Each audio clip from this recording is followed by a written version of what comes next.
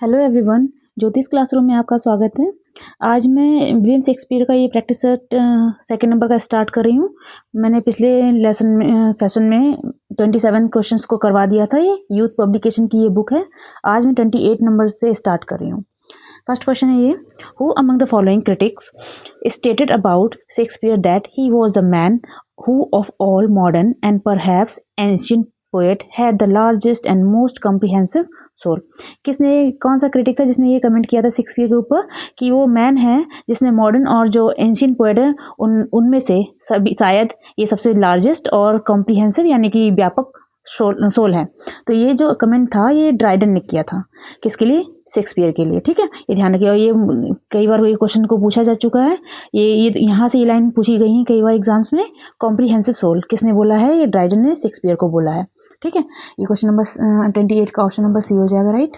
Then question number 9, which Shakespeare's character has spoken these line. कौन से Shakespeare का character है जिसने ये लाइन्स को बोला है? Life is but a walking shadow, a poor player that struts and frets his hour upon the stage. Life जो है एक वॉकिंग शैडो है, एक पुअर प्लेयर है जो कि struts and frets on his hour upon the stage, जो अपने स्टेज पर इतराता है, परेशान होता है, अपने समय को बिताता है। And then is heard no more, और फिर इसको कोई भी नहीं सुनता है।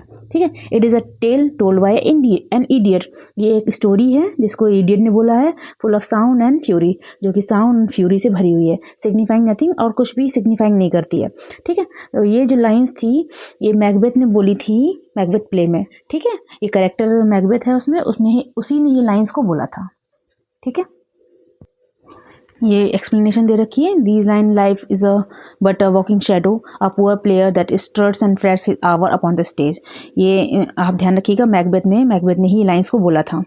ठीक है, और ये ध्यान रखेंगे एक्ट 5 और सीन 5 का ये डायलॉग है, यह लाइन बोला था उसने। देन क्वेश्चन नंबर 30 है, who has spoken following lines in the Shakespeare's Macbeth. Shakespeare के मैकबेथ में ये किसने ये लाइन्स को बोला था? मी थॉट, मैं सोचता हूँ, या मैंने सोचा। I heard a voice cry, मैंने एक आवाज़ को क्राई करते हुए सुना। स्लीप नो मोर, और वो आवाज़ क्या कह रही थी कि अब मत सो। Macbeth does murder sleep, Macbeth जो है वो स्लीप यानी कि नींद का मर्डर करता है। द इनोसेंट स्लीप, जो इनोसेंट स्लीप है उसकी। तो ये लाइन्स जो हैं किसने बोली थी? मैकबेथ प्ले में। तो ये लाइन को अगेन मैकबेथ ने बोला था। तो ऑप्शन नंबर डी इसका राइट हो जाएगा। ठीक है, ये ध्यान रखिएगा। Then question number 31 is, which of the following work by William Shakespeare is a pastoral romance. इनमें से कौन सा जो वर्क है वो पेस्टोरल रोमांस है? तो ये इसका ऑप्शन नंबर ए राइट है, एज यू लाइक इट। ये विलियम शेक्सपियर के द्वारा लिखा एक पेस्टोरल रोमांस है। और पेस्टोरल रोमांस होता क्या है? Pastoral means dealing with shepherds and rural life in a usually artificial manner and typically drawing a contrast between the innocent and serenity of the simple life and the misery and corruption of city and especially court life. ठीक है, ध्यान रखिए। Shepherd romance मतलब rural area से related होते हैं जो work हैं, और उसमें ये एज यू लाइक इट जो है वो पेस्टोरल रोमांस की कैटेगरी में आता है। ठीक है, तो ऑप्शन नंबर ए इसका राइट हो जाएगा। Then question number 32, in which of the following play the middle class provincial life has been depicted by Shakespeare. इनमें से किस प्ले में जो मिडिल क्लास की लाइफ को शेक्सपियर ने डिपिक्ट किया है, ये बताया है? मिडिल क्लास की प्रांतीय जीवन को बताया है। तो इनमें से जो वर्क है the merry wife of Windsor, ये पूरा वर्क का नाम है। यहाँ पे फिलहाल ये पूरा नाम नहीं दिया है। The Mary wives of Windsor, ये जो वर्क है ये कॉमेडी है, शेक्सपियर के द्वारा लिखा गया, और ये मिडिल क्लास की लाइफ को दिखाता है। ठीक है, टाइमन ऑफ एथेंस नहीं है, कोई लॉनस भी नहीं है, विंटर्स टेल भी नहीं है। The option number B is right, the Mary wives of Windsor. ये देख लीजिएगा, फर्स्ट पब्लिश्ड इन 1602। ठीक है, then question number 33। Then question number 33 is, Shakespeare's sonnet had the following features. Find out the correct statements. इनमें से जो correct statement है वो बताइए। तो फर्स्ट ऑप्शन दे रखा है, शेक्सपियर हैज़ रिटन 154 सोनेट, ये तो करेक्ट है। ठीक है, sonnet from 1 to 126 are address to dark lady. तो इन्होंने जो 1 to 126 जो हैं वो डार्क लेडी को एड्रेस नहीं किए हैं, ये फेयर यूथ को किए हैं। तो ये वाला ऑप्शन तो इनकरेक्ट हो जाएगा। तो जिसमें भी सेकेंड वाला ऑप्शन है वो आपका देख लीजिए, वो गलत हो जाता है। तो केवल फर्स्ट में दे रखा है, और ये ओनली 4 वाला भी जो है वो भी गलत माना जाएगा, क्योंकि फर्स्ट वाला जो जब सही है तो केवल 4 वाला कैसे सही हो सकता है, तो ये वाला आप एलिमिनेट थ्योरी अपनाकर अपने आंसर को निकाल सकते हैं। फर्स्ट वाला ठीक है, सेकंड वाला गलत है। और ही डेडिकेटेड हिज सम सोनेट्स और to his patron earl of Southampton, तो ये भी सही है, उन्होंने अपने कुछ सोनेट्स जो हैं वो अर्ल ऑफ साउथहैम्पटन को डेडिकेट किए हैं। और फोर्थ वाला ऑप्शन है the rhyme scheme of his sonnets are generally A B C D E F G G, ये इनकी 3 क्वार्टरेंट्स एंड लास्ट में 2 कपलेट होते हैं, तो ये इनकी राइम स्कीम भी है, तो ये भी ठीक है सोनेट्स की। तो ऑप्शन नंबर सी वाला राइट हो जाएगा, जिसमें सेकंड वाला नहीं है। ए 1, 3 एंड 4 जो स्टेटमेंट्स हैं वो करेक्ट हैं। Option number C is right. ये इसकी एक्सप्लेनेशन दे रखी है, देख लीजिएगा। Question number 34 is which of the following work of William Shakespeare is written in a 6-line stanza and shows this side sign of immaturity? Immaturity के sign को दिखाता है और 6-line stanza में लिखा हुआ है। तो ये वर्क इनका option number C Venus and Adonis.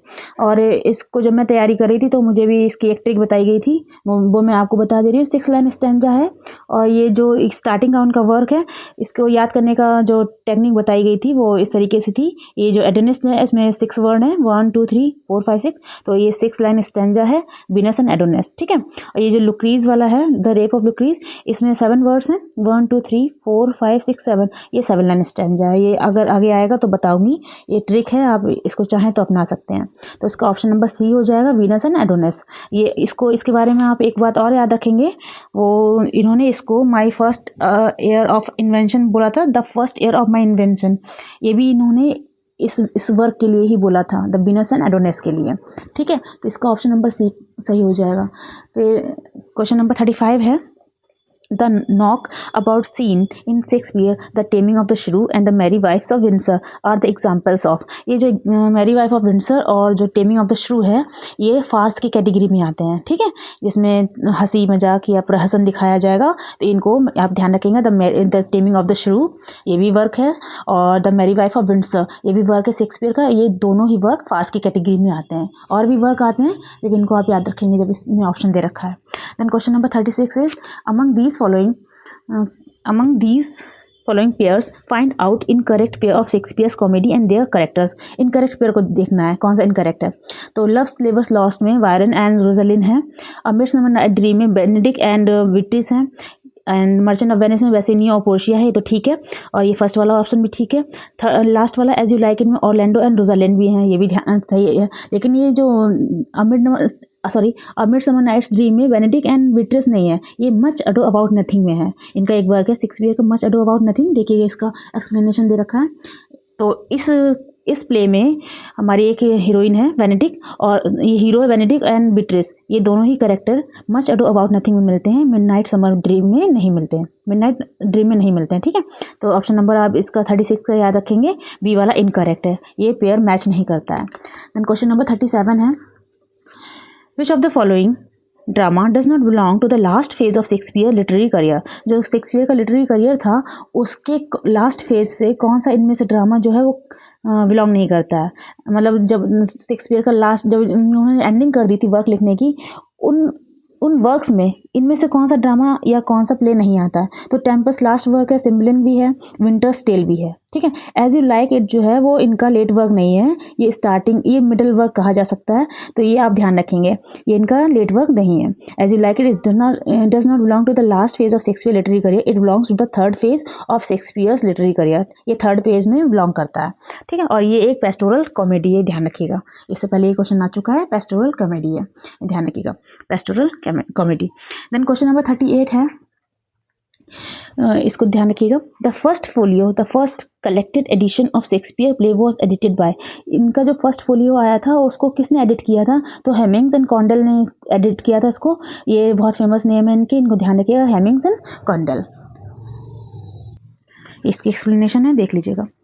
Then question number 39 है which of the following plays by Shakespeare is not classified as a Roman play. इनमें से कौन सा जो वर्क है वो रोमन प्ले की कैटेगरी में नहीं आता। तो एंटोनी एंड क्लियोपेट्रा भी आती है, ये वर्क इनका रोमन प्ले में आता है, जूलियस सीजर भी आता है, कोरियोलानस भी आता है, लेकिन हैमलेट जो है वो जो 4 ट्रेजेडी है इनकी, जो ग्रेट ट्रेजेडी हैं उनमें माना जाता है हैमलेट, तो हैमलेट जो है वो रोमन प्ले में नहीं आता है। Option number C is right. Question number, इसकी एक्सप्लेनेशन है ये। देन क्वेश्चन नंबर ये हेमलेट के बारे में याद रखेंगे। ये जो ट्रेजेडी है इनकी शेक्सपियर की, वो लॉन्गेस्ट प्ले है और लगभग इतने वर्ड्स है इसमें। ये इनका हेमलेट द प्रिंस ऑफ डेनमार्क, ये नेम डेनमार्क में सेट है इनका प्ले। और ये इनके एक हेमलेट में एक चाचा होता है इसका, क्लॉडियस उसका नाम है, ये ध्यान रखिएगा। और इसके अगेंस्ट ये रिवेंज लेता है, हालांकि लास्ट में मर जाता है।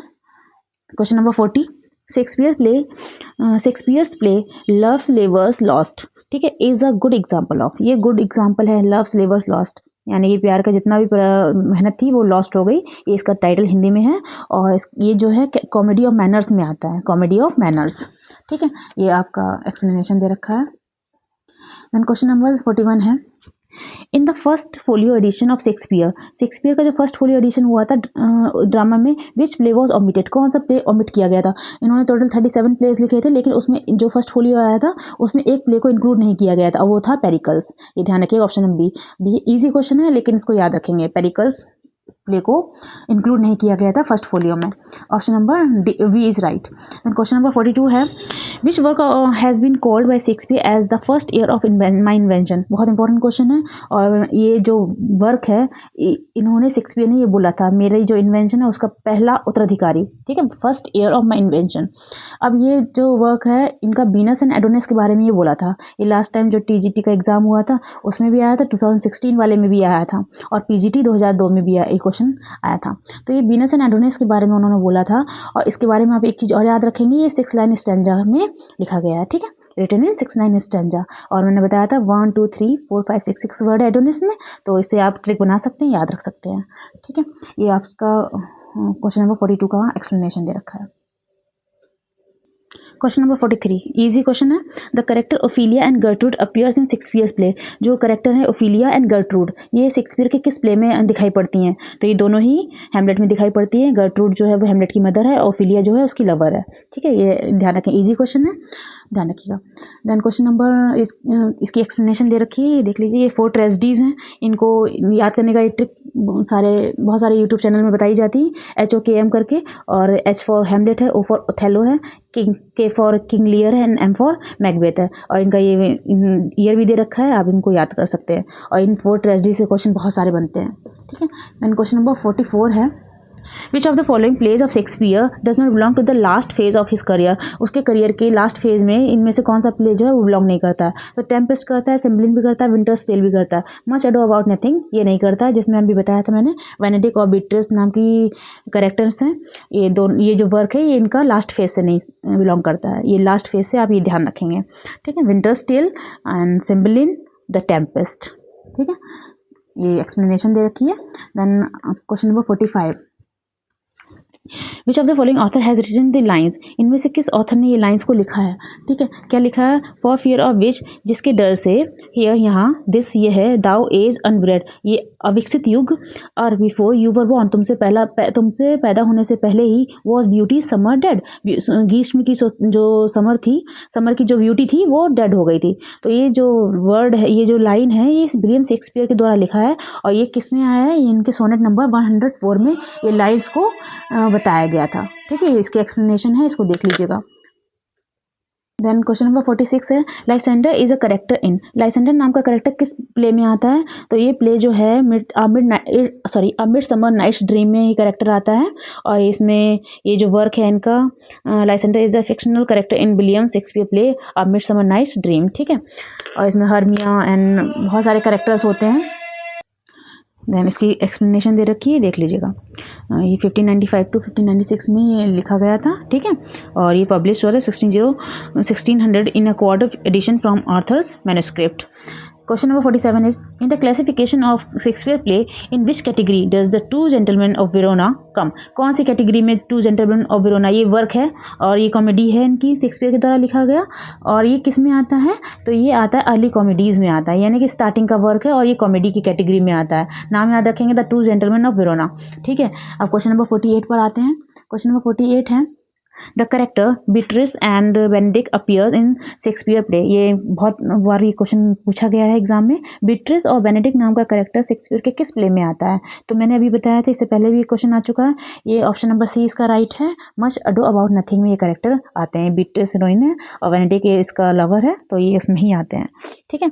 ऑप्शन नंबर सी जो है वो राइट है, ध्यान रखिएगा। देन क्वेश्चन नंबर 49 है, हु कॉल्ड शेक्सपियर और Johannes factotum a jack of all trades. ये जो लाइन थी जोहान्स फैक्टोटम, ये किसने बोला था और इसका मतलब भी बताया गया, a jack of all trades. ठीक है, ये लाइन जो थी रॉबर्ट ग्रीन ने बोली थी शेक्सपियर के बारे में, और उन्होंने एक बार और बोला था, अब स्टार्ट करो शेक्सपियर के बारे में ही। ठीक है, उद्दंड कौआ जिसको बोलते हैं शेक्सपियर के बारे में, जो हमारे फेदर्स से जो है ब्यूटीफाई है, ये लाइन इन्होंने क्रिटिसाइज करने के लिए बोला था। तो ये ध्यान रखेंगे, रॉबर्ट ग्रीन के द्वारा बोली गई लाइन्स है, और ये किस वर्क में उन्होंने बोला था, अपने पैम्फलेट ग्रोथ्स वर्थ ऑफ विट में बोला था। ठीक है, रॉबर्ट ग्रीन के बारे में थोड़ा दे रखा है। ठीक है, क्वेश्चन नंबर 50 पे आते हैं। Which of the following author has written the lines to with to who a merry note while greasy John dot keel the pot। ये जो वर्ड है, ये किसने, ये लाइंस जो हैं किस वर्क में बोली गई थी, तो ये जो वर्क है इनका लव्स दे वर लॉस्ट में बोली गई थी। ये लास्ट टाइम पे 2021 का जो एग्ज़ाम हुआ था टीजीटी का, उसमें ये क्वेश्चन आया था, टू विट टू हु, और ये जो वर्क है लव्स दे वर लॉस्ट में ये करेक्टर है उसमें ये बोला गया था, और ये वर्क किसका है, विलियम शेक्सपियर का है। और ये ध्यान रखेंगे किस एक्ट और किस 5 में बोला गया था, तो एक्ट था 5 एंड सीन था 2। ठीक है, ध्यान रखिएगा। क्वेश्चन नंबर 51 है, Malcolm is in Macbeth is Duncan's. जो मालकम है वो मैकबेथ में, ये करेक्टर है, मैकबेथ एक प्ले है, शेक्सपियर की ट्रेजेडी है, ग्रेट ट्रेजेडी में मानी जाती है। तो उसमें मालकम नाम का एक करेक्टर होता है, वो डंकन का कौन है, वो डंकन का एल्डेस्ट सन है, यानी कि बड़ा बेटा। और एक और बेटा है डंकन का, किंग डंकन है, उसका एक बेटा डोनाल्डवेन भी है, तो उसको भी आप याद रखेंगे। दोनों ही बेटे हैं जो कि भाग जाते हैं जब डंकन की डेथ हो जाती है, जब मैकबेथ उसको मार देता है। ठीक है, तो ये इसकी एक्सप्लेनेशन है, देख लीजिएगा। क्वेश्चन नंबर 52 है, which among the following plays of Shakespeare is not a tragedy. इनमें से कौन सा प्ले शेक्सपियर का है जो ट्रेजेडी नहीं है। मैंने 4 ट्रेजेडी मैंने बताई थी, लेकिन इसमें देखते हैं कौन सी ट्रेजेडी नहीं है। तो हैमलेट ट्रेजेडी है, ओथेलो भी है, मैकबेथ भी है, टेम्पेस्ट जो वो ट्रेजेडी नहीं है बल्कि ये ट्रेजी कॉमेडी है। ठीक है, ये देखिए इसका दे रखा है, Hamlet, Othello, King Lear and Macbeth जो है ये मोस्ट फेमस 4 ग्रेट ट्रेजेडी हैं, लेकिन ये जो टेम्पेस्ट है वो ट्रेजेडी नहीं है बल्कि एक ट्रेजी कॉमेडी है। ठीक है, थोड़े एलिमेंट ट्रेजेडी के भी हैं और थोड़े एलिमेंट इसमें कॉमेडी के भी हैं, इसलिए इसको ट्रेजी कॉमेडी कुछ क्रिटिक्स ने संज्ञा दी है। ठीक है, ये सारे इसके बारे में दे रखा है एक्सप्लेनेशन। क्वेश्चन नंबर 53 पे देखते हैं क्या है। इन William Shakespeare's play The Merchant of Venice, what condition must the Prince of Morocco agree to before he may choose from among the caskets in order to marry Portia। एक casket scene होता है merchant of Venice में, जो कि Portia से शादी करने के लिए उसके फादर ने अरेंज करवाया होता है। तो जब मोरक्को का जो प्रिंस आता है, राजकुमार आता है मोरक्को का शादी करने के लिए पोर्शिया से, तो उसको उसके आगे कंडीशन रखी गई थी, अगर उसने गलत कास्केट चुना, जो कास्केट ठीक नहीं है अगर उसने चुना, तो उसको क्या करना पड़ेगा लाइफ में। तो उसके आगे कंडीशन उसके फादर ने रखी थी, that if he chooses wrong he will never marry. अगर वो रॉन्ग कास्केट को चुनता है तो वो कभी भी शादी नहीं करेगा। तो ऑप्शन नंबर जो वी है वो इसका राइट हो जाएगा। ठीक है, ये देख लीजिए, इसकी एक्सप्लेनेशन भी दे रखी है। ठीक है, ये दे रखा है, that if he chooses wrong he will never marry. ठीक है, the Prince of Morocco a Moorish prince who seeks Portia's hand in marriage. जो पोर्शिया का हैंड चाहता है शादी करने के लिए, और लेकिन उसको वो गलत ही कास्केट को चूज करता है, इसलिए वो शादी करने में असफल होता है। ठीक है, then question number 54 is, who among the following characters Shakespeare has spoken the famous line. किस करेक्टर ने शेक्सपियर के किस करेक्टर ने ये लाइंस को, जो फेमस लाइन है, इनको बोला था, टू बी और not to be, that is the question. ठीक है, ये जो लाइंस थी ये हैमलेट ने बोली थी, और हैमलेट जो है वो शेक्सपियर का वर्क है, Hamlet the Prince of Denmark, उसमें ही लाइन हैमलेट ने ही बोली थी। ठीक है, टू बी और नॉट टू बी, ये इनके बारे में कुछ बताया गया। हैमलेट प्रिंस ऑफ डेनमार्क ये ट्रेजेडी है, 5 एक्ट में है, विलियम शेक्सपियर के द्वारा लिखा है, और 1599 टू 1601 के बीच में लिखा गया। ठीक है, क्वार्टर एडिशन में 1603 में ये पब्लिश हुआ था। तो ऑप्शन नंबर डी इसका राइट हो जाएगा। देन क्वेश्चन नंबर 55 क्या है, देखिए, Emilia in Shakespeare's Othello is. Emilia जो शेक्सपियर की ओथेलो में है, एक करेक्टर है एमिलिया, और शेक्सपियर का ओथेलो एक वर्क है जो कि ट्रेजेडी में आता है, उसमें एमिलिया कौन है, तो ये जो है यागो की वाइफ है, यागो की वाइफ है एमिलिया, और अच्छी करेक्टर मानी जाती है। यागो जो है बहुत ज़्यादा ये विलेन करेक्टर होता है, तो इसकी जो वाइफ है बहुत अच्छी होती है, जो हेल्प करती है और बताती भी है ओथेलो को कि जो पूरी जो प्लानिंग थी वो सारी यागो की थी, ठीक है। तो Emilia Shakespeare's Othello is the wife of Iago. Othello full title the tragedy of Othello the moor of Venice. Full title याद रखेंगे। ओथेलो जो वर्क है क्या है full title, the tragedy of Othello the moor of Venice is a tragedy by William Shakespeare was performed in 1604 to 1605 set in Venice and a seaport of Cyprus. ये ध्यान रखिएगा। और इसका source भी ध्यान रखिएगा। It's source is Cinthio's gli Hecatommithi. Then question number 56 है, the first folio edition of Shakespeare's play was printed in. जो फर्स्ट फोलियो एडिशन था वो शेक्सपियर के वर्क का वो कब प्रिंट हुआ था, वो 1623 में पब्लिश हुआ था। ऑप्शन नंबर बी जो है वो सबको याद होगा, आसान सा क्वेश्चन है। 1623 में इनका फर्स्ट फोलियो एडिशन आया था और उसी में इनके वर्क जो थे most of the work print हुए थे। देन 36 टोटल प्ले थे, 37 टोटल थे, लेकिन उसमें 36 ही प्ले हुए थे। मैंने कहा था एक उनको छोड़वा दिया गया था या एक को ओमिट कर दिया गया था।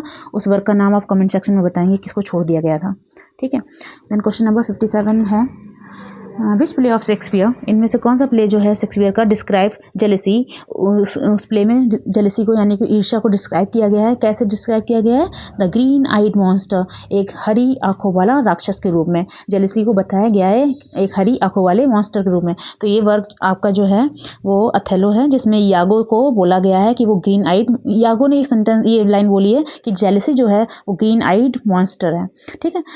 ओथेलो वर्क है और उसमें ही यागो नाम का करेक्टर है, उसने ही लाइन को बोला था। तो ये इसकी एक्सप्लेनेशन है, देख लीजिए। देख क्या बोला था उसने, ये बोला था, O beware my lord of jealousy, jealousy से सावधान हो जाइए my lord, it is a green eyed monster which doth mock the meat if its feeds on, ठीक है। ये ओथेलो में बोला था, यागो ने मैनिपुलेट किया था ओथेलो को और उस मैनिपुलेट करने के बाद उसकी वाइफ को ही उसके ही थ्रू मरवा दिया था। डेस्टिमोना नाम की वाइफ थी ओथेलो की और उसको मरवा दिया था। और उसको उसने यही सेंटेंस बोला था, यह लाइन बोला था कि जो जेलेसी है वो ग्रीन आइड मॉन्स्टर है। क्वेश्चन नंबर 58 है, the sub title of Shakespeare twelfth night. ये बहुत बार क्वेश्चन पूछा गया है कि ट्वेल्थ नाइट का सब टाइटल कौन सा है। तो ट्वेल्थ नाइट का जो सब टाइटल है वो ट्वेल्थ नाइट, और इसके बाद आप देखेंगे लिखा हुआ, जब आप प्ले आपने पढ़ा होगा तो उसमें लिखा होगा और वॉट यू विल, और वॉट यू विल। तो ये वॉट यू विल जो है ये भी इसका सब टाइटल है। तो ट्वेल्थ नाइट का आप ध्यान रखेंगे, ऑप्शन नंबर बी जो है वो राइट हो जाएगा। ये इसकी एक्सप्लेनेशन है, देख लीजिएगा। क्वेश्चन नंबर 59 है, which among the following characters does not appear in the play Hamlet. इनमें से कौन सा करेक्टर है जो हैमलेट वर्क में अपीयर नहीं होता, दिखाई नहीं देता है। तो होरेशियो दिखाई देता है हैमलेट में, ठीक है, और गर्ट्रूड उसकी मदर है, होरेशियो उसका फ्रेंड है हैमलेट का, ओफिलिया उसकी लवर है, लेकिन ओलिविया नाम की करेक्टर इस हैमलेट वर्क में नहीं है। तो ऑप्शन नंबर सी जो है वो राइट हो जाएगा। देन क्वेश्चन नंबर 60 पे आते हैं। क्वेश्चन नंबर 60 है, इन हर ऐसे what if Shakespeare had sister. अपने ऐसे में, और किसका ऐसे था, वर्जीनिया वुल्फ का, उसमें उसका टाइटल था व्हाट इफ शेक्सपियर हैड, क्या होता अगर शेक्सपियर की एक सिस्टर होती। तो Virginia Woolf gave name to Shakespeare hypothetical, hypothetical का मतलब होता है काल्पनिक और सिस्टर मतलब बहन। तो हाइपोथेटिकल सिस्टर का नाम दिया था वर्जीनिया वुल्फ ने अपने एक ऐसे में, और ऐसे का नाम था what if Shakespeare had sister. तो उस काल्पनिक सिस्टर का नाम क्या था, तो उसका नाम था जुडिथ, ठीक है, जुडिथ नाम था, ये ध्यान रखिएगा। ऑप्शन नंबर सी जो है वो राइट हो जाएगा। तो आप ध्यान रखेंगे वर्जीनिया वुल्फ ने एक वर्क लिखा था जिसका नाम था what if Shakespeare had a sister. तो उसमें ही उन्होंने शेक्सपियर की एक बहन को माना था जो कि हाइपोथेटिकल थी और उसका नाम उन्होंने जुडिथ रखा था, ठीक है। ये एक्सप्लेनेशन इसकी देख लीजिएगा। देन क्वेश्चन नंबर 61 है, why did The ghost Shakespeare's Hamlet disappear when Horatio asked the ghost to reveal its secret। जब होरेशियो ने हैमलेट वर्क में एक घोस्ट दिखाई देता है और घोस्ट जो है, जब होरेशियो उस घोस्ट से पूछता है कि अपना सीक्रेट को रिवील करो, तो वो क्यों गायब हो जाता है, डिसअपियर क्यों हो जाता है, क्योंकि cock crowed and signal that it is morning. क्योंकि उस टाइम पे एक कॉक जो था वो क्रो करने लगता है, जो मुर्गा होता है वो बोलने लगता है, और जब मुर्गा बोलता है तो ये सिग्नल होता है कि जो है मॉर्निंग हो चुकी है, और मॉर्निंग में सारे घोस्ट जो है डिसअपियर हो जाते हैं, इसलिए वो घोस्ट जो था वो डिसअपियर हो जाता है। Cock crowed and signal that it is morning, option number A जो है वो राइट हो जाएगा, ठीक है। क्वेश्चन नंबर 62 है, oh what a Nobel mind is here overthrown. कितना नोबल माइंड था और वो ओवरथ्रोन हो गया, नष्ट हो गया, बेकार हो गया। द कोर्टियर्स यानी कि कोर्टियर का माइंड, सोल्जर्स का माइंड, स्कॉलर्स का माइंड, आई, टंग, स्वॉर्ड, ये जो इतना अच्छा माइंड था ये नष्ट हो गया, बर्बाद हो गया। Who is the noble mind, तो इसमें जो नोबल माइंड है ये किसके लिए बोला गया है? Referred in the above lines from Shakespeare's Hamlet. Shakespeare के हैमलेट में ये लाइंस आती हैं, आप ये ध्यान रखेंगे। और ये जो लाइंस हैं ये किसके बारे में या किसके माइंड को नोबल माइंड बोला गया है और किसने बोला है, तो इसको ध्यान रखेंगे। तो ये जो लाइंस थी ये हैमलेट वर्क में आई हैं और इसकी एक्सप्लेनेशन देख लीजिएगा। This is a part of soliloquy by Ophelia when Hamlet has left the room. जब रूम छोड़कर चला जाता है तो ओफेलिया उसके बारे में ये लाइंस बोलती है। तो अगर पूछा जाए किसने बोला है तो ओफेलिया ने बोला है, और किसके बारे में बोला है तो वो हैमलेट के बारे में बोला है। किस वर्क में बोला है तो हैमलेट वर्क में बोला है। हैमलेट वर्क किसका है? शेक्सपियर का है, ठीक है। देन क्वेश्चन नंबर 63 जो है, where was Hamlet when he receive the news of his father's death. Hamlet कहाँ था जब उसने एक अपने फादर की डेथ की न्यूज़ को सुना था? तो वो जर्मनी में था। अब जर्मनी में वो क्यों था? तो वो स्टडी कर रहा था। अब आपको नाम बताना है उस यूनिवर्सिटी का जहाँ पर जो हैमलेट था वो स्टडी कर रहा था जब उसको उसके फादर की डेथ के बारे में पता चला था, ठीक है। तो ये ध्यान रखिएगा। ये ट्रेजेडी है, 5 एक्ट की ट्रेजेडी शेक्सपियर के द्वारा लिखा हुआ। He is the Prince of Denmark. जो हैमलेट था वो राजकुमार था, वो कहाँ का? डेनमार्क का, ठीक है। देन क्वेश्चन नंबर 64 है, at what age did Shakespeare get married to Anne Hathaway. जब एन हैथवे से उन्होंने शादी की थी तो शादी के टाइम शेक्सपियर की एज क्या थी? तो वो 18 ईयर्स के थे। और ये ध्यान रखिएगा जो एनी हैथवे थी उनकी एज वो जो थी वो 8 ईयर सीनियर थी शेक्सपियर से, ठीक है। 8 साल बड़ी थी, ये उनकी एज थी, ध्यान रखिएगा। 18 ईयर्स के शेक्सपियर थे, एनी हैथवे जो थी वो 8 ईयर्स उनसे सीनियर थी। क्वेश्चन नंबर 65 है, the first folio of Shakespeare work had a poem as preface by. जो फर्स्ट फोलियो आया था शेक्सपियर का उसमें एक पोएम थी उसके प्रीफेस में, ठीक है, एज अ प्रीफेस। तो वो किसने लिखी थी? तो वो लिखी थी बेन जॉनसन ने। The first folio of Shakespeare work had a poem as preface by Ben Jonson. Preface के रूप में एक पोएम थी जो कि बेन जॉनसन ने लिखी थी। Ben Jonson was an English playwright whose artistry exerted a lasting impact upon English poetry and stage comedy. He was contemporary of Shakespeare. ये शेक्सपियर के समकालीन थे। ये भी क्वेश्चन पूछा जाता है कि इनमें से कौन शेक्सपियर के समकालीन थे, कंटेम्प्रेरी थे, तो वो बेन जॉनसन थे, ठीक है। देन क्वेश्चन नंबर 66 है आपका, 14 ब्रास is in Hamlet is.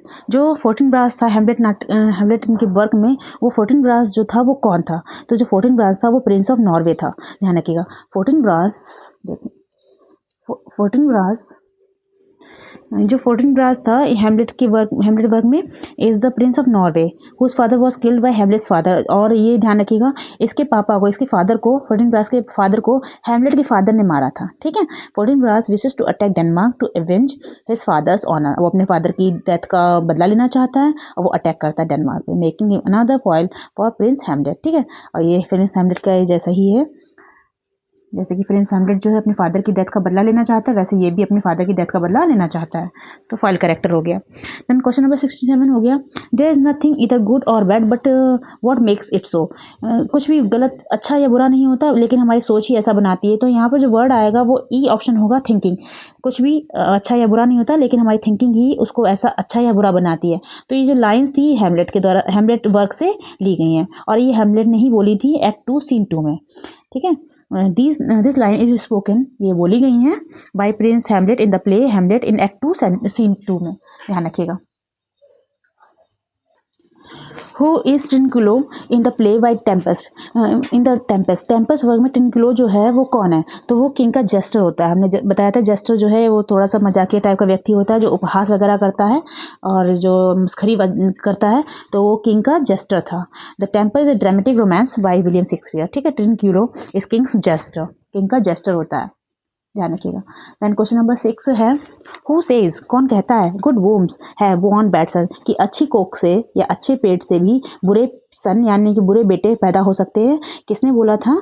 Hamlet में, और ये एग्जाम में आया था 2014 में, ठीक है, ये ध्यान रखिएगा। तो ये जो लाइन थी ये मिरांडा ने बोली थी, जो कि हीरोइन है प्ले की, उसने ही लाइन को बोला था कि अच्छी कोख से भी बुरे सन पैदा हो सकते हैं, ठीक है। ये देखिएगा, ये मिरांडा जो है वो प्रेस्पेरो की डॉटर है और उसने ही लाइन्स को बोला था। एंड क्वेश्चन नंबर 70 है आपका, 70 में this is consider to be the first play of Shakespeare by general consent. General का मतलब आम और कंसेंट का मतलब होता है सहमति से, सभी लोग एक सहमति से, एक सामान्य सहमति से कौन से वर्क को फर्स्ट प्ले समझा जाता है शेक्सपियर का। तो वो वर्क था हेनरी 6 पार्ट 1। इस हेनरी 6 पार्ट 1 को सबकी सहमति से ही वर्क पहला वर्क माना जाता है शेक्सपियर का। ठीक है, क्वेश्चन नंबर 70 का ऑप्शन नंबर बी राइट हो जाएगा। Question number 71, What was the tragic flaw in the character of Macbeth? ये जो ट्रेजिक फ्लॉ होते हैं ये हीरो में पाए जाते हैं जिनकी वजह से उनका डाउनफॉल होता है। तो डाउनफॉल मैकबेथ में किसकी वजह से, उसका क्या ट्रेजिक फ्लॉ था?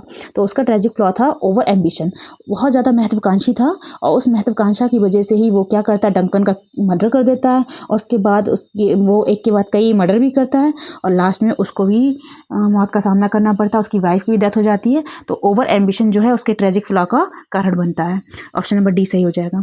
इन एक्शन जो वो हेमलेट का है। ठीक है, ओवर थिंकिंग बहुत सोचता है हेमलेट, इंसैनिटी पागलपन भी हेमलेट का ही है। तो ये तीनों जो ट्रेजिक फ्लॉ हैं ये हेमलेट के हैं, लेकिन ओवर एम्बिशन जो है वो मैकबेथ का है। ठीक है, देन ये देखिए एक्सप्लेनेशन दे रखी है। क्वेश्चन नंबर 72 पे आते हैं। In which of the following play does Hippolyta appear? Hippolyta जो करेक्टर है वो किस प्ले में दिखाई पड़ती है? तो जो हिप्पोलिटा है ये वर्क है द मिडसमर नाइट्स ड्रीम, इसमें ये आती है और ये जो है एक देखिएगा, Hippolyta appears in the play Hippolyta appears in the play A Midsummer Night's Dream is a comedy written by William Shakespeare in 1596 to 1597. The play consists of multiple subplots that revolves around the marriage of Theseus and Hippolyta. ये queen होती है, ठीक है, उसकी शादी Theseus होने वाली होती है और ये थीसियस कौन है? Duke of Athens has conquered Hippolyta the Amazon queen and is about to wed her. ठीक है, ये इसमें दिखाई पड़ती है, आप ध्यान रखिएगा। क्वेश्चन नंबर 73 है। Most friendship is फेनिंग most loving mayor fully. जो फ्रेंडशिप होती है अधिकतर वो दिखावा होता है, अधिकतर फ्रेंडशिप जो है वो दिखावा होता है और अधिकतर जो प्यार होते हैं वो फुली यानी कि मूर्खता होती है। दीज वर्ड्स अक्वर, ये सब जो है किस में अकर होते हैं, किस में दिखते हैं? तो ये जो लाइंस हैं ये एज यू लाइक इट में बोली जाती हैं। और ये देखिए ये वर्ड, ये आपको ध्यान रखना है कौन बोलता है और किस एक्ट और किस सीन में बोलता है। ठीक है, ये सॉन्ग है एमिन्स का, ये एमिन्स एक करेक्टर है और उसमें ये सॉन्ग के थ्रू ये लाइंस को बोलता है। ये most friendship is फेनिंग most loving mayor fully. ठीक है, और ये स्टार्टिंग लाइन है blow blow the winter wind और ये एक्ट 2 सीन 2 का मतलब ये सॉन्ग है, उसमें ये एमिन्स बोलता है। एमिन करेक्टर किस में है? एज यू लाइक इट में। ठीक है, देन क्वेश्चन नंबर 74 है। Which of the following is not written by Shakespeare? इनमें से कौन सा वर्क जो है वो शेक्सपियर के द्वारा लिखा हुआ नहीं है? तो टाइटस एंड्रोनिकस जो है वो लिखा हुआ है, पेरिकल्स भी लिखा हुआ है, लव्स ट्रायम्फ थ्रू कैलिपोलिस ये वर्क जो है ये शेक्सपियर ने नहीं लिखा है। और लास्ट वर्क है लवर्स कंप्लेंट, एक लवर की कंप्लेंट, ये भी वर्क शेक्सपियर ने लिखा है। तो ऑप्शन नंबर सी जो है वो इसका राइट हो जाएगा। ये वर्क शेक्सपियर ने नहीं लिखा है, ये किसने लिखा है? वेन जॉनसन ने लिखा है। इसके बारे में एक्सप्लेनेशन नीचे दे रखा है। ये वर्क है this work was written by Ben Jonson. ठीक है, देन क्वेश्चन नंबर 75 है, देखिएगा। Which play of Shakespeare has a character name Banquo? Banquo नाम का करेक्टर शेक्सपियर के किस वर्क में आता है? तो ये वैंको जो है मैकबेथ वर्क में आता है, उसका फ्रेंड होता है मैकबेथ का। तो इसको आप याद रखेंगे। ठीक है, ऑप्शन नंबर डी जो है वो राइट हो जाएगा। क्वेश्चन नंबर 76 क्वेश्चन में बोला है, देखिए विच of the following play begins with the line? ये इंपॉर्टेंट क्वेश्चन है, कई एग्जाम्स में पूछा गया है। It music with the food of love play on, अगर म्यूजिक ही प्यार का फूड है तो इसको बजाते रहो। और ये लाइंस ड्यूक और सीनो बोलता है 12th नाइट में। ऑप्शन नंबर बी जो है वो राइट हो जाएगा। विलियम शेक्सपियर 12th नाइट और वॉट यू विल, इसका ये ध्यान रखेंगे सबटाइटल 12th नाइट का जो सबटाइटल है वो वॉट यू विल है। ठीक है, इज़ अ कॉमेडी, ये कॉमेडी है। और अबाउट द क्रॉस ड्रेसिंग, ये क्रॉस ड्रेसिंग का इसमें सीन दिखाते हैं। क्रॉस ड्रेसिंग क्या होता है? जब कोई महिला है पुरुष का वेश धारण कर लेती है और नाटक में क्या करती है? पार्टिसिपेट करती है, तो वही क्रॉस ड्रेसिंग के अंतर्गत आता है। तो ऑप्शन नंबर 76 का जो है ऑप्शन नंबर बी हो जाएगा। देन क्वेश्चन नंबर 77 है। Frailty thy name is women, कमजोरी तुम्हारा नाम ही, स्त्री तुम्हारा नाम ही कमजोरी है। ये जो लाइंस हैं ये फेमस लाइन है बहुत, और ये किस वर्क में आई हैं? तो ये जो वर्क है हेमलेट जो कि ट्रेजेडी में आता है शेक्सपियर की, रिपीटेड क्वेश्चन है। Frailty thy name is women, ये ऑप्शन नंबर इसका वी जो है वो राइट हो जाएगा। ठीक है, option number B is right. ये एक्सप्लेनेशन दे रखी है, देख लीजिए। देन क्वेश्चन नंबर 78 है। Which of the following critic preferred Shakespeare comedy to his tragedy? कौन सा ऐसा क्रिटिक है जिसने शेक्सपियर की जो कॉमेडीज़ हैं उसको ज़्यादा प्रीफर किया है? तो वो करेक्टर है डॉक्टर जॉनसन या सैमुअल जॉनसन। ये जो क्रिटिक हैं ये शेक्सपियर की कॉमेडी को ज़्यादा प्रीफर करते हैं। ये देखिए इसकी एक्सप्लेनेशन दे रखी है। Samuel Johnson was an English writer who made lasting contribution to English literature as a poet, right, essayist, moralist, literary critic, biographer, editor and lexicographer. He prefer Shakespeare comedy to his tragedy. ठीक है, उन्होंने Shakespeare की comedy को ज़्यादा preference दी है। Then question number 79 है, in which Shakespeare play Oedipus complex is reflected. किस play में आपको इडिपस कॉम्प्लेक्स दिखता है, रिफ्लेक्ट होता है? और ये क्वेश्चन रिपीटेड है, पहले भी आ चुका है, तो हेमलेट में दिखता है। ठीक है, और ये क्या है जरा इसको देख लीजिएगा। ये एक सन की डिज़ायर होती है मदर की तरफ। The Oedipus complex is a term use by Sigmund Freud. ये सिगमंड फ्रायड ने यूज़ किया था इस टर्म को। ठीक है, और ये थ्योरी थी psychosexual stage of development of describe a boy's feeling of desire for his mother and jealousy and anger towards his father. ठीक है, ये ध्यान रखिएगा। Then question number 80 and last. ठीक है, ये देखिएगा, which one is not a fool in Shakespeare play. इनमें से शेक्सपियर के जो वर्क हैं उनमें बहुत सारे फूल्स जो हैं वो बताए जाते हैं, वो उनमें करेक्टर्स हैं जो कि फूल होते हैं, और फूल होते हैं लेकिन विटी फूल होते हैं। तो इनमें से ये बताना है कि कौन सा फूल नहीं है। तो इसमें ऑप्शन नंबर ए जो है वो राइट है। जैक्स नाम का एक करेक्टर है एज यू लाइक इट में, वो फूल नहीं है। ठीक है, ये देखिए जैक्स इज वन ऑफ, बाकी ट्रिनक्लो है, द ग्रेव डिगर है, टच स्टोन है, फीस्ट है, ये सब फूल है। ठीक है, और ये किस में फूल है आप ये ध्यान रखें। ट्रिनक्लो जो है वो टेम्पेस्ट में आता है, ग्रेव डिगर जो है हेमलेट में आता है, टच स्टोन है जो एज यू लाइक इट में भी आता है। क्योंकि ये पूछते हैं, नाम दे देते हैं इसमें कौन सा फूल है, तो कन्फ्यूज़ हो जाते हैं हम लोग, तो ये ध्यान रखिएगा। और फीस्ट है जो 12th नाइट में आता है। तो एज यू लाइक इट में ये जैक्स नाम का करेक्टर आता है जो कि मेन करेक्टर है और one of the main characters. ठीक है, he is known as the melancholy Jaques. इसको मेलनकॉली जैक्स के नाम से जाना जाता है। ठीक है, ही इज़ नॉट अ फूल, वो फूल नहीं है। ठीक है, अ फेथफुल लॉर्ड है ऑफ ड्यूक सीनियर। ठीक है, ड्यूक सीनियर एक करेक्टर है, उसका एक लॉर्ड है faithful. Jaques has an exaggeratedly melancholic dispositions and a devoted through cynical observer of the world that surrounds him। ठीक है, ये ध्यान रखिएगा इसकी एक्सप्लेनेशन। ठीक है, ये मैंने क्वेश्चन प्रैक्टिस सेट 2 कंप्लीट करवा दिए। 80 क्वेश्चन फर्स्ट वाले जो प्रैक्टिस सेट में थोड़े कम रह गए थे क्वेश्चन, अब इसमें मैंने 80 तक करवा दिए हैं। अब इसके आगे की जो सीरीज है प्रैक्टिस सेट 3 जो है उसमें मैं आगे के क्वेश्चन लूँगी। और अगर वीडियो में आप बने रहते हैं, फर्स्ट टाइम आए तो इसको सब्सक्राइब कर लीजिएगा, और अगर बने रहेंगे तो बहुत सारे क्वेश्चन जो अदर राइटर्स के हैं वो भी मैं इंक्लूड कर दूँगी, जिससे कि पेपर तक आपका अच्छे से रिविज़न हो जाए। ये क्वेश्चन आपने पहले पढ़े होंगे लेकिन बहुत समय तक अगर को नहीं देखा जाए या रिवीजन ना किया जाए तो वो भूल जाते हैं हम लोग। तो इस दृष्टि से इस वजह से मैंने ये सीरीज़ को स्टार्ट किया है, जिससे कि थोड़ा सा बेनिफिट मिल जाए आपको भी। ठीक है, चैनल को लाइक कर दीजिएगा, शेयर कर दीजिएगा, एंड जो कमेंट्स देना चाहते हैं वो कमेंट्स भी कीजिएगा। Now thanks for watching it.